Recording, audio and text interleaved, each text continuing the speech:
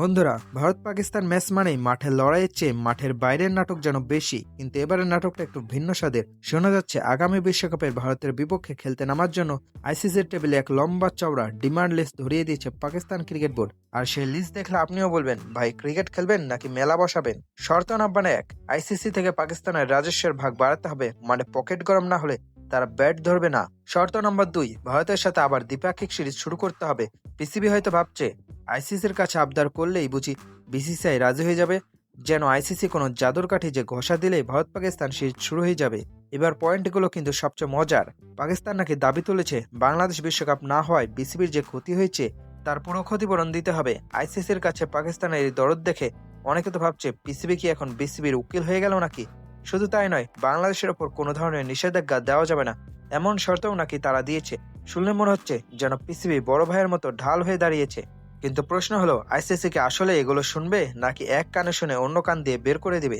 সবচেয়ে বড় বোমাটা ফাটানো হয়েছে শেষের দিকে। আইসিসির কাছে পাকিস্তানের দাবি বাংলাদেশকে একটি আস্ত আইসিসি টুর্নামেন্ট আয়োজন করতে দিতে হবে।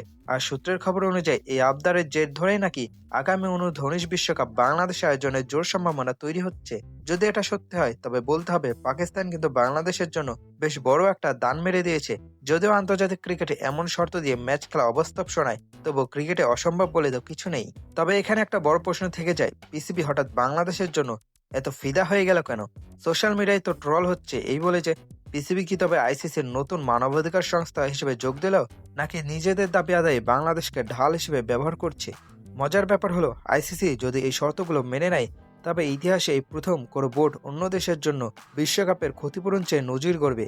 আর বাংলাদেশ যদি শেষমেশ অনূর্ধ্ব-19 বিশ্বকাপ পেয়ে যায় তবে আমাদের ক্রিকেট ফ্যানরা তো পিসিবি চেয়ারম্যানকে রীতিমতো ইলিশ মাছ উপহার পাঠিয়ে দিয়ে ধন্যবাদ দেবেন।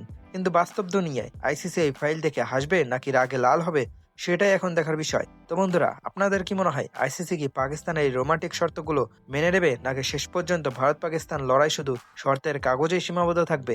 আর অনূর্ধ্ব-19 বিশ্বকাপ কি সত্যিই আমাদের মাটিতে ফিরছে?